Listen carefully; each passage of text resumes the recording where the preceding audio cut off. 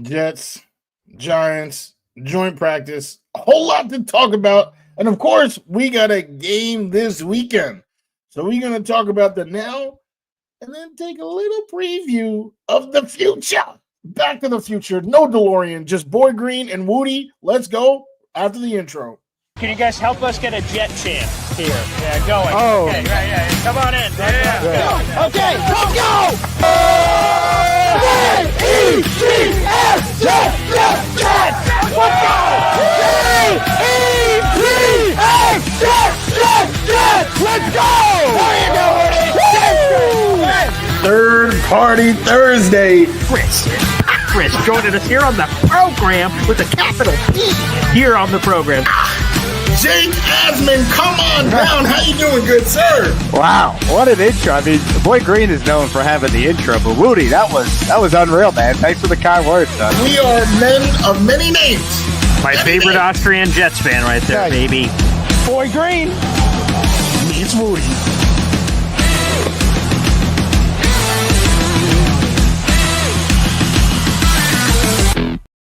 Welcome to another episode of Boy Green Meets Wudi. It is your boy James Wudi. You already know we are Wudi, rocking everywhere.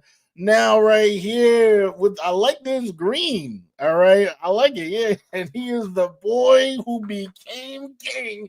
My God, please allow me to introduce Mr. Paul Esden Jr. Getting those electrolytes. How you doing, my good sir?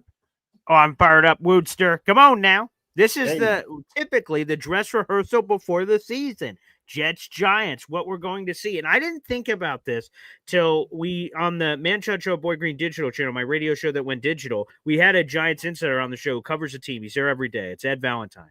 And he said that, basically what I just said, that it's normally the dress rehearsal for the season this point in time. And if it is for the Jets and Giants, he did the math and something like before these same starters that would probably not be playing the preseason finale shoot back up again is in 22 days. And I went, damn. So he's just talking about how much cold turkey time there's going to be, if that's true, if the starters play. That's not been determined by Brian Daboll or Aaron Glenn for that matter. So we're going to find out on Saturday.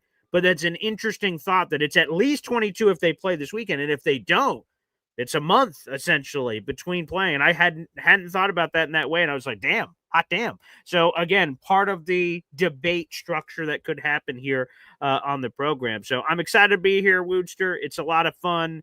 And, you know, I think we should start with some breaking news, Woody, here on the program. All right, let's go. 1, 2, 3. Woody, I told you that once we sold the tickets, it was done. I'm out of the ticket business. God bless anyone who's in it. You know what? You can have my real estate because it's over. It's finished. You know, throw the flags. It's, you know, the race flag. I don't really know. I don't watch racing, but someone probably does that. It's over. We have sold every ticket in our section, Woody, for Jets Cowboys section 228A. The book is closed. The info is over. Our tailgate is locked in for Jets Cowboys section 228A, week 5, Sunday, October 5th. Shout out to Yo Holmes, who had a buzzer beater last second purchase right before Boy Green meets Woody today. And he has claimed the last spot in our giveaway. We have no more to sell. It's over. It's finito. And thank you to all the fans, Woody. Who would have thought when we both said, you want to do one of these games together? How many people could go? Sell out? I would have never thought that was possible to sell out the ticket lot. So thank you to the fans. And it just has me fired up, Woody. We're still, another month and a half away, but that's incredibly humbling. Absolutely. Appreciate. Shout out to everyone who purchased a ticket.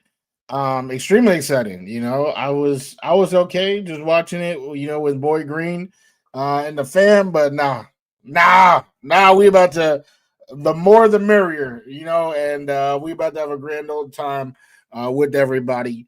And for those of you who got a little nervous, talking about, damn, Boy Green selling his real estate, it's not goodbye to the ticket selling business. It is merely see you later, like next year. Okay.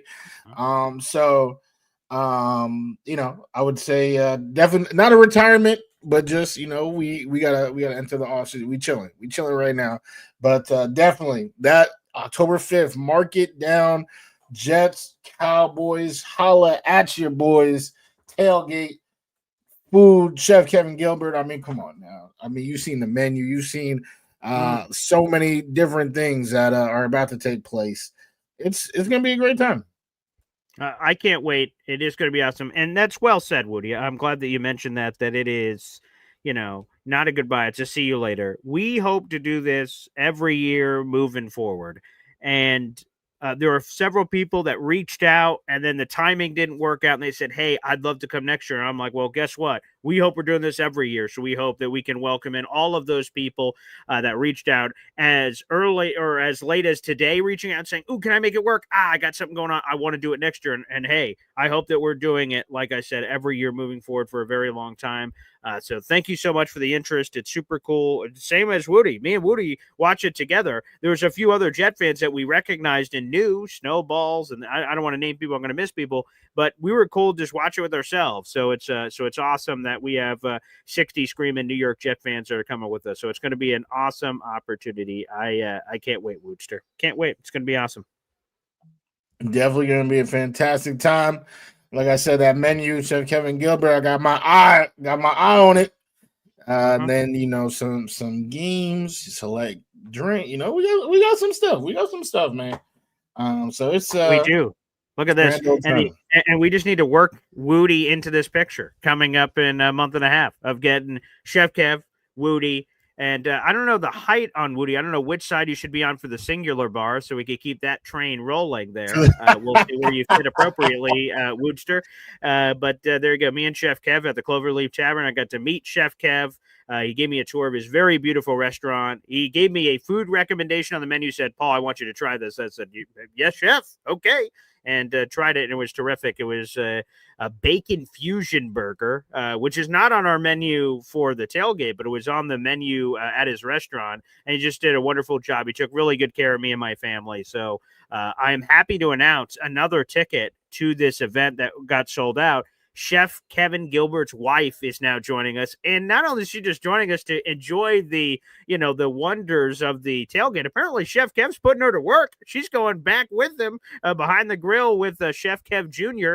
as well. So it's going to be a family affair. So awesome to hear that Chef Kev is bringing his wife with him.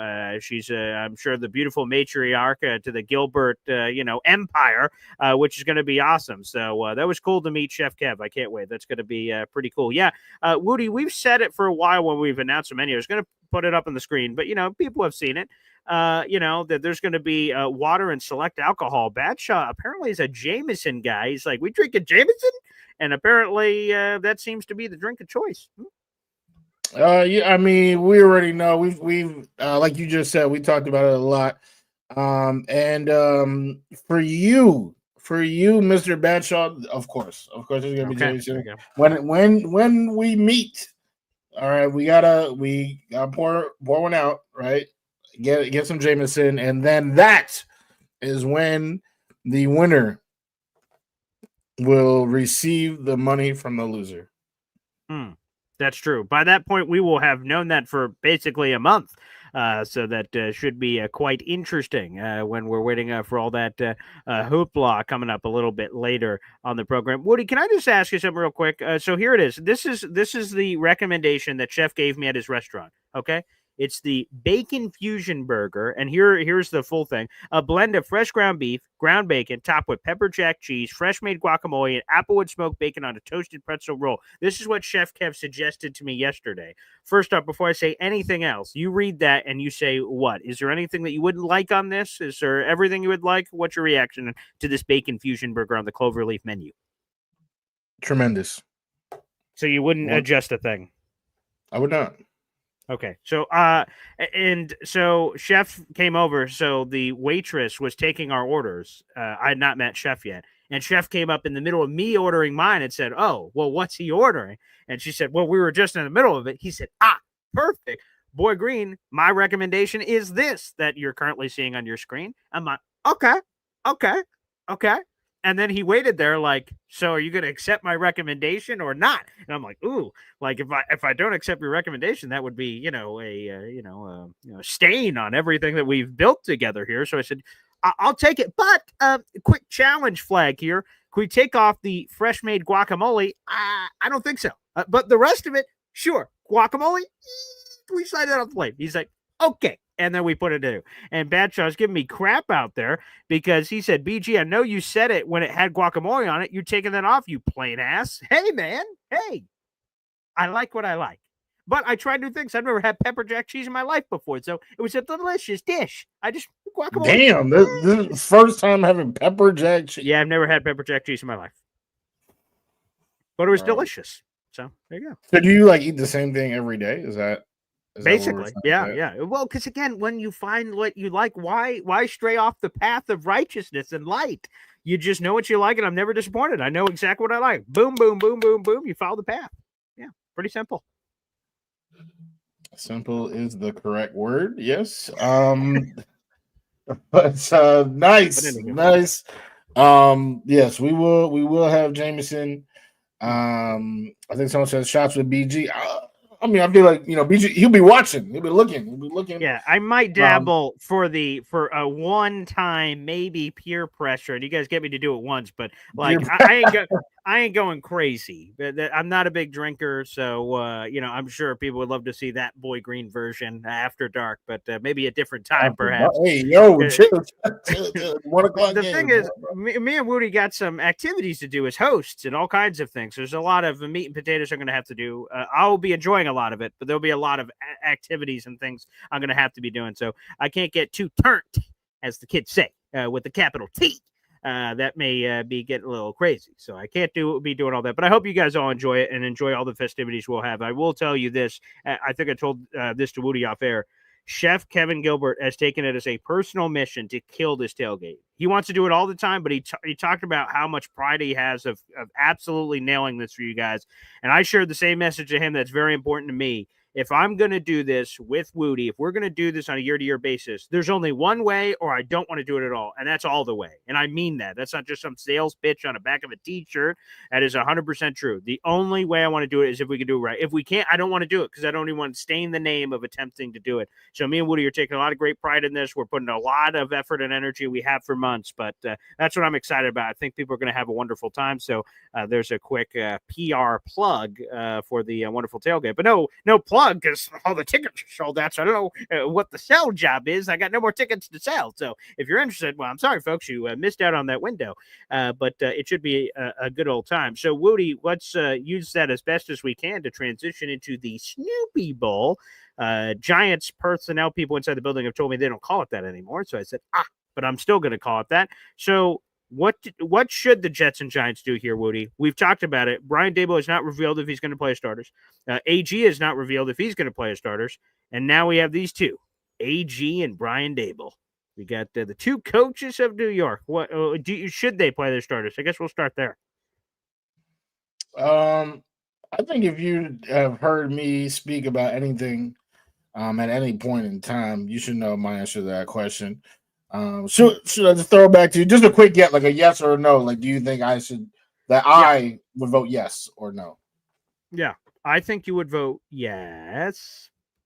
Yeah, of course. There's no question to me. Get those guys out there, just more meaningful reps with the crowd, with referees, and all that jazz. I saw a clip yesterday, and the caption of that clip was, Abdul Carter, is wrecking the Jets offensive line or something like that. And in the play, I'm watching the footage, right? I see the caption. Now I'm watching the footage, and of course he's in the backfield, but Justin Fields rolls out, throws a nice ball to Tyler Johnson, and I'm like, I can't believe that went unnoticed. Who captioned this? Who captioned this video? And I put that up on my story on Instagram, and I got a couple people being like, the only reason why that happened was, he stopped, sprinting at Justin. This would have been a sack. Coulda, woulda, shoulda. Let's actually see it. Let's see it with the like I said, the crowd, the refs, the pads, everything. And of course, I'm not saying, the whole game. What we saw from the Jets, what they did against the Packers, what everyone was satisfied with that. And I would want to see a very similar vein of, okay, let's get some reps. Starters were starters. And then of course we trickled down the line, and eventually, you guys can re-fall in love with Donovan Edwards again. Yeah, that's right. Here, I'll throw this up on the screen. I told you I spoke with a Giants insider this week, talking all things New York Giants, but also obviously Jets training camp joint practice. That's a bigger tongue twister than I thought. I'm going to throw this up on the screen. This was Brian Dable's exchange with the media today. Brian Dable was asked about playing as starters against the Jets, and he says, quote, "We have an idea, basically, of what we want to do. We'll do our meetings at the end of the day and make our decision on what we're going to do. We'll do what we think is best for the team." Okay, so a whole lot of nothing burger there. But from what I've understood, that's his modus operandi when speaking with the media. Now, to use context for the first preseason game, as Ed Valentine from Big Blue View, who this tweet caption is from, he says, in Saturday's preseason opener against the Bills, Russell Wilson, the first team offense, played one series. Same for the Jets, by the way. The frontline defense played roughly the entire first quarter. So that was much longer than the Jets defense played, if I remember correctly. I'll have to go back and see what the final numbers were. So that was what they did in preseason week 1. This is the Giants. I'll be curious what they do in preseason week 2. Now, typically, Wudi, I think we talked about this on the show. And by the way, shout out to Yo Holmes, who got that last ticket. I see you in here. So shout out. Good to see you in here in the chat. When you do the joint practices, normally you don't play the starters in the game. That's normally how it works. But Wudi, Ed Valentine said it with us that there is a massive gap of time if they play this game and then don't play again until the opener. So you really don't want them rusty, and we should try to figure out why not get him out there. Like, if AG's not afraid of injuries, as he's certainly said on multiple occasions, at least get him out there for a bit of time. And maybe the right answer is the entire first quarter. Damn. I'm not even saying that. The entire first. I mean, of course, if it happens, I'm not going to be, mad or anything like that. But again, we saw what happened against the Packers. I thought, in terms from a rotation standpoint, everything looked good. You definitely know the answer to this better than me, so I'll pass it back to you briefly about Brady Cook. Is he out? Yes, so I appreciate you reaching out for this. Brady Cook had his foot stepped on at the practice that I was at, and it looked not good. I'm going to be honest. I missed the initial footstep. I just saw Brady Cook recoil and just was like going back. He was doing like a backpedal, and it seemed like he was yelling. And he tried to put weight on his foot, and he immediately went, "Ooh, can't do that." And then immediate medical people came over, and I'm like, "Oh, Jesus. Oh, God, what does this mean?" And he ended up being carded. Shout out to Dan Leberfeld of Jets Confidential. He got the video of Brady Cook being carded into the team's facility. So it's still up in the air. There's no official designation. We know Tyrod Taylor, Ty God, he out for the entire preseason. So Justin plays whatever he plays. We could debate that in terms of starters. Then you got Brady Cook, who maybe, and then you have Adrian Martinez. So, hey, Shedeur Sanders in that Cleveland Browns game, I don't know how many other quarterbacks got in there. He might have played that entire Browns game because of all their injuries. I don't remember if that's 100% true, but he definitely played a majority. So maybe they do that with some Martinez action after Fields. That could be possible. That's a lot. That's a lot of, my guy. But hey, he's my guy, though. Adrian Martinez. I love seeing him play. So if that is the case, I won't be too mad about that. Yeah, I think the starters should play. They need reps together, and it would be nice to see, Fields, or just it would be nice to see, the team just have another drive. I'll say that. Yeah, it would, because how encouraging was it to see Justin Fields and the offense? Again, we were talking about predictions. What are we going to see, Wudi? How long are the starters going to play? I said, man, if you get a touchback or whatever, and the Jets starters just go right down the field, bing, boom, bam, score a touchdown. I said, boom, that's all she wrote. That's all you need to see from the starters. It's exactly what we saw. A good mix of run, a good mix of pass. My boy Tanner Angstrand, who I was also chilling with, my boy Tanner Angstrand. We are now incredibly close. I consider him a close personal friend, Tanner Angstrand, obviously, and he clearly does the same. I would say as we were going, sort of through this process here with the offense, I would love to see it one more time. Let's do a discount double check, baby. Let's bring them all back down the line. And here you go. Here's my close personal friend, Tanner Angstrand. They're on your screen. That is us together. And no, it has not been Photoshopped. The height is as the height is. And he was cooking. He was cooking out there. Woody, I know they don't do a lot of game planning for the preseason, but I like what I saw from Tanner Angstrand. So cook me up another drive like that where it mixes beautifully the run and pass. Oh, yeah, baby. I'm all in. Well, I mean, you were saying a quarter, so I don't know if we're saying the same thing, but yeah, they definitely got to go back out there. I would love if the Giants starters are also out there. Yeah. Just to get those reps for the O-line, right, going against what we agreed was one of, if not number one, in my personal opinion, number one defensive line, and then for Fields, because in that situation, even if the O-line was the best in the league, best versus the best, you're going to get pressures when you're going against the best defensive line in the league. That's just what it is. So just seeing how that affects things would be nice. It would just be nice to say, get a little look-see. He did have a decent amount of time, right? He had that nice safety blanket of Andrew Beck that I just kept seeing Mason Taylor in that same role. And how quickly would he be able to get there with Abdul Carter in that backfield? For sure. Now, I want to clarify because you're right. I just spoke out of both sides of my mouth, but that's not what I meant. So, when I say I want to see a touchdown drive again, I don't mean that's all I want to see and then get him out of the game. I just mean I want to see another well-orchestrated show that lightning didn't just strike in one place and then, oh, okay. So Tanner Angstrand only had one of those in there. It'd be great to stack back-to-back weeks of terrific opening drives because those in theory are supposed to be your scripted plays, the ones you're working on in practice throughout the week. So this is a great test of like Tanner Angstrand's preparation of getting in a game. Now it's we only saw one drive and he was out last week. So, and it's preseason. So you don't see how they build, but that's another thing. I hope we get multiple drives, Woody, because what are in-game adjustments? Okay. You cooked up the first 15, 20 plays of a drive. You go through the drive, you score a touchdown. Great. Now what? Because, I hate to bring this name up, but Adam Gase, one of his calling cards was he was really good at opening scripts. All the time the Jets would have long drives, field goals, touchdown. You're like, whoa. But the rest of the game was the problem. And, well, the rest of the game is the majority of the game. So that's where we ran into some issues there. So I'd love to see how Tanner Angstrand counterpunches, right? You do a great opening drive. Okay, you could script it. But can you, like, in-game, all of a sudden the defense start throwing this at you? How do you respond to that? That, to me, I think, would be fascinating if we're able to do this. So a couple of things immediately here. A lot of questions here. On your channel, Take Flight Talk, DLW says, damn, bro, how tall are you? And I'm 5'3" on a slanted hill. Thank you very much for asking.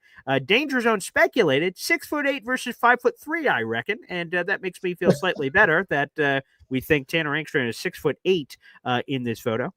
Mark Sachetti says, swag in the bags. Yeah, I got like a duffel bag size bag here. A lot of people said, wow, that's bigger than your torso, Paul. Yes, those are the bags the Jets gave out in the team shop. I will say I got a Jets football because I wanted something if I ran into players to autograph. I didn't really have anything else to autograph, so that made a lot of sense. I did pick up a lot of gear for the family, geared them up. We got the tailgate coming up, baby. They got to be in full latest Jets team gear. So the wifey got something, the brothers, sisters, everybody got a whole little something action. So all of that was included as well. And just in case, Woody, I brought, because it's NFL rules, we got this bag once you go in and you buy something, but heading in, you need a clear plastic bag that's see-through. So I loaded up 2 jerseys in my plastic clear bag, which was a Garrett Wilson jersey and a Justin Fields jersey. Said, well, just in case I run into these guys, I could go, pow, and maybe get one of these autographed. And that ended up working out. I got to meet Garrett Wilson, and I haven't posted those photos or anything on social media yet, but I will do that in the near future. So yeah, that was pretty cool. Some sweet swag, I will say for sure. Danger Zone saying, any truth to the rumor I was on my tippy toes in the pick? I absolutely want to make this emphatically clear. I'm short, okay? It just is what it is. I've embraced it. I am closer to the Earth's surface than anyone else on the planet. I'm vertically challenged. I am not tippy-toeing anything. I am fine and proud of my height. It is what it is. I'm not trying to do any fake adjustments to get a little bit more different where you go, oh, I won't tippy-toe. Anyone else who wants to tippy-toe, that's on you. Me, no tippy-toes. My fat feet are on the Earth's crust. I want to make that very clear, Wudi. Very clear. Shout out DLW, man. Just watching the show on Take Flight Talk. Come on now, 3 likes. That is blasphemy. That is blasphemy. Talk to the people, man. Talk to them. Take Flight Talk. Another way to watch this show, and of course, my thoughts, which you guys have been tracking with DNY for life. Appreciate you, right? Consistently talking about the starters starting, right? That's something I've been about. So yeah, all the things that I'm about. You can learn them by being on Take Flight Talk. So shout out DLW. And that was pretty funny. Feet on the crest. So anyway, we looking at this game. Judge Giants, we're both hoping that the starters play. A guy that we didn't see out there. Actually, let me respond to what you just said. Tanner Enstrand. This is one again. I've said this multiple times. The win or loss does not really matter to me. That's not the end all be all for what a great game was, what a terrible game was. And again, if we got to roll the footage back to Robert Saleh's preseason game, the man, he went undefeated like almost every there was only one of his 4 preseasons where he even lost a game, and that did not translate. A lot of you guys in the comments hate Robert Saleh, so I don't care about the win or loss this season. I'm just looking to see things. So, for example, the penalties. I was saying it before week 1, right? And there was a lot. Aaron Glenn said he's addressing it. He's been calling guys out. Boy Green was there in person. With number 57, completely forgot his name, but he took off his helmet and AG was there. Jonathan, yeah. So things have been happening. So AG, all right, now it's week 2. Let's see if now there are less penalties with Tanner Enstrand's play calling. We all know it's very common knowledge that the play calling is somewhat vanilla. So being able to what you said, shout out to Adam Gase, because I do remember that time frame a lot. I think we had like 9 straight opening drive scores, unbelievable, which was like the best in the league actually at that time. Right. I'm not too worried about that right now with Tanner. I mean, regular season, best believe, but right now, I like what he's been doing, and with Adrian Martinez and his ability to improvise, it's been fun. Vanilla play call. If something breaks down, he's been able to make plays with his legs and his arms. So I'm cool with that. I think penalties is the number one thing I'm looking at. Health, obviously, we can only hope that it remains high. And if I can see my guy Mason Taylor up there, I would love to see him in a game.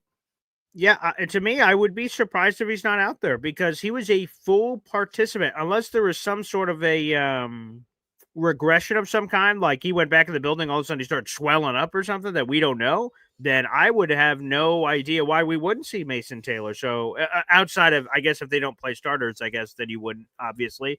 But I hope so, because Mason looked phenomenal. And that would be something I would love to see. And that's interesting. Just to go back to something you said way earlier in the show, you said this, Jake Asman said this. He's going to join us on the Man Show Boy Green digital page. I'll tweet that out after the show when the interview drops. But he mentioned something you mentioned too, Wudi. Like, I see Andrew Beck and I'm like, whoa, Andrew Beck. And I'm a dog with traffic, Wudi. A new car goes by, I'm like, ooh, car. You, Wudi, you think deeper than that. You're more refined dog. You see a traffic, yes, but that was that car. Like you're seeing it in the future. Because right, so I see Beck, and I'm just like, oh my god, Beck, that's great. But you're like, hey, that may be Beck today, but that's Mason Taylor tomorrow. I didn't think of that at all. I'm going to be honest. When I was watching the game, I didn't think, oh, look at this. That role is Mason Taylor tomorrow. I'm a very simple man. I was just like, hey, Beck stock up. Look, obviously they got a plan here for Beck. Beck, yeah.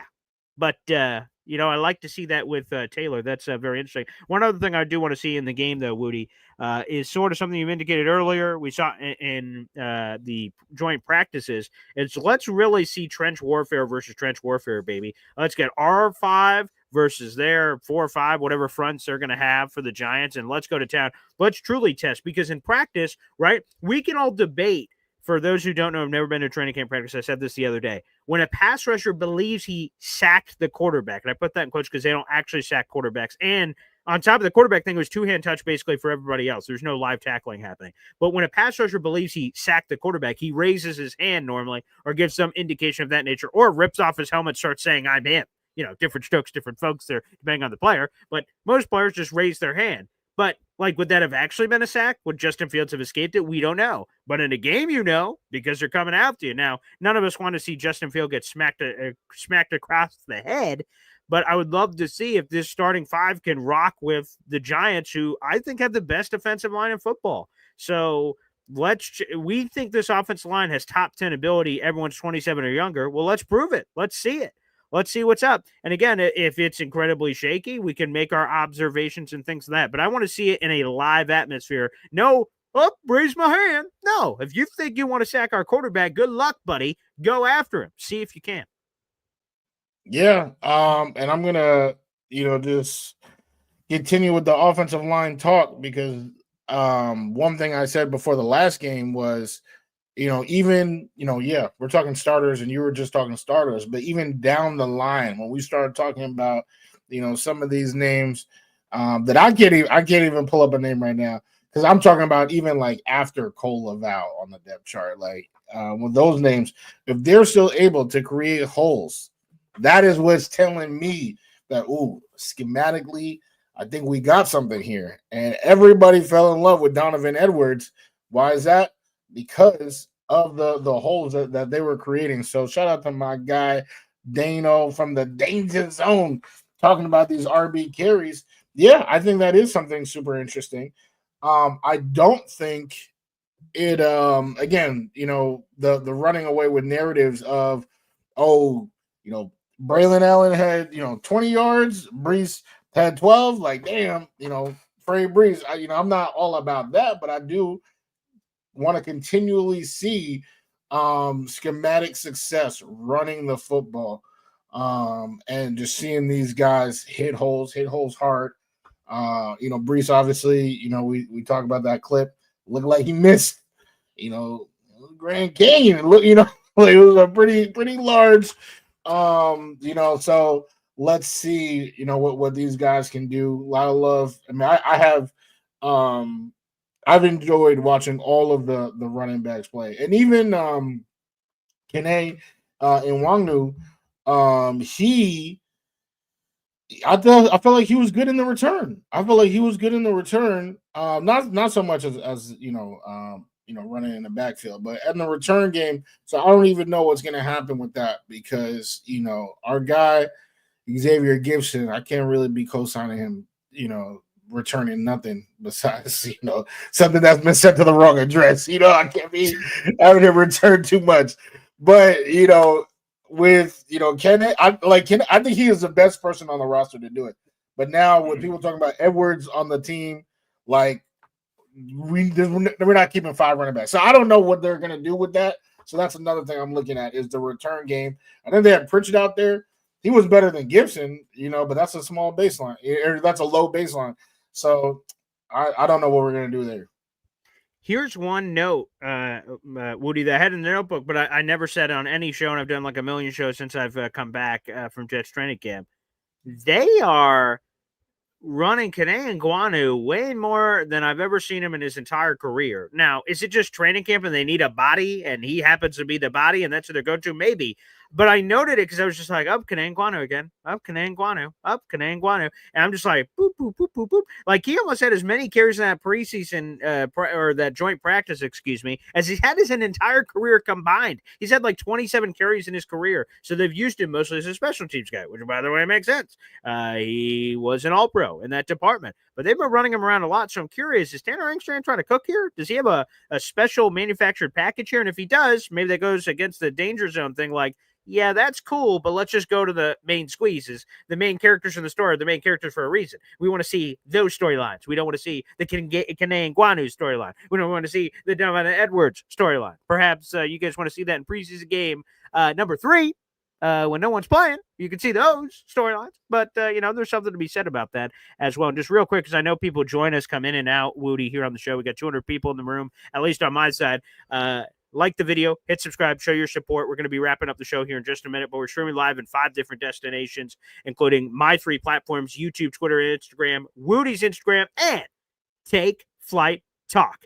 TFT, baby, all day, every day. # that. All right, let's see if we can get that trending. Let's see if we can get those juices moving.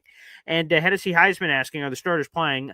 Unclear, both from Brian Dable's side and Aaron Glenn's side. Very non-committal. We'll see what happens. So it's all speculation at this point. Wudi, any final thoughts? Any final nuggets you want to share about this Jets-Giants game? This is our last time that we'll be communicating before the game, before we get to the game on Saturday night. I just want to say that this comment right here from Tony Alexia is the most interesting comment of the day. That if I had to give an award, most interesting comment of the day. Oh, Jesus. Wow. I'm not. Hey, and let me just make it perfectly clear that I'm not saying these words. My name is James. Last name Wudi. It's not Tony. But I just wanted to highlight that comment. For those who are just listening, right? They may be in the other room. Tony Alexio says, "Quote: Develop the Martinez package for franchise quarterback." Fields for backup with a cardboard box emoji.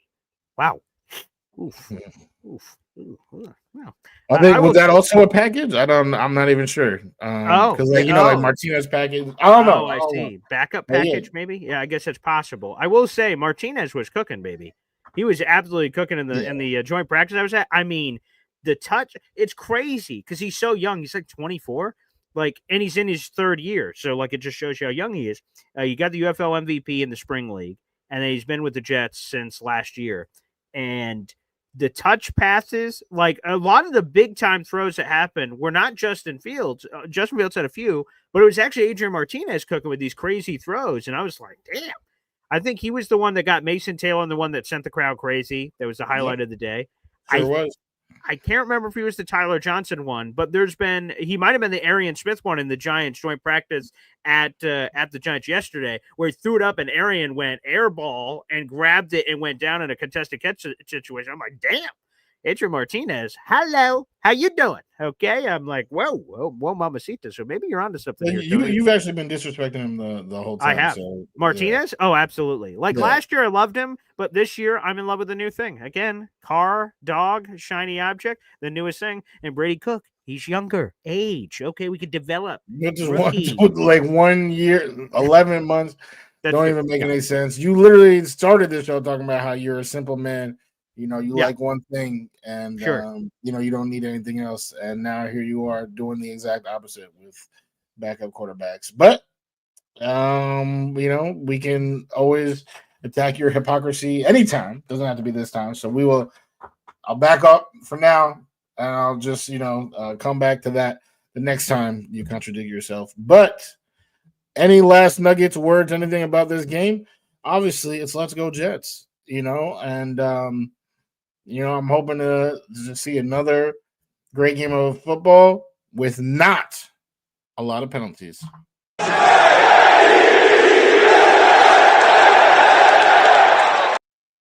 We don't agree on a lot, Wudi. I'm down with that, though. Sign me up. I'm all about it. Less flags, less laundry on the field, baby. Let's bleep and go. Make sure you guys like the video, hit subscribe if you're watching on YouTube, whether it's my YouTube, at BoyGreen25, or James Wudi's YouTube, which again, all Jets coverage at Take Flight Talk. For those that continue to ask about the Wudi 3, we'll have more details on that when we get closer to the season of how all that's going to work. So TBD on all that. Woodster, enjoy the day, my brother from another mother, and we got more coming next week with the I can't believe it, the preseason finale against the Eagles. Wow.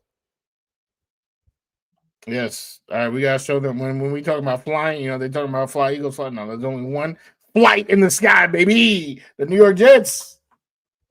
That's it. Only one team spells their name correctly, and it's us, not you stupid birds. All right, thanks everybody for tuning in. And appreciate you. We'll see you tomorrow morning for a Boy Green Daily with Jets historian Bob Lederer. Should be a lot of fun. Thanks, everybody. We'll see you. Peace.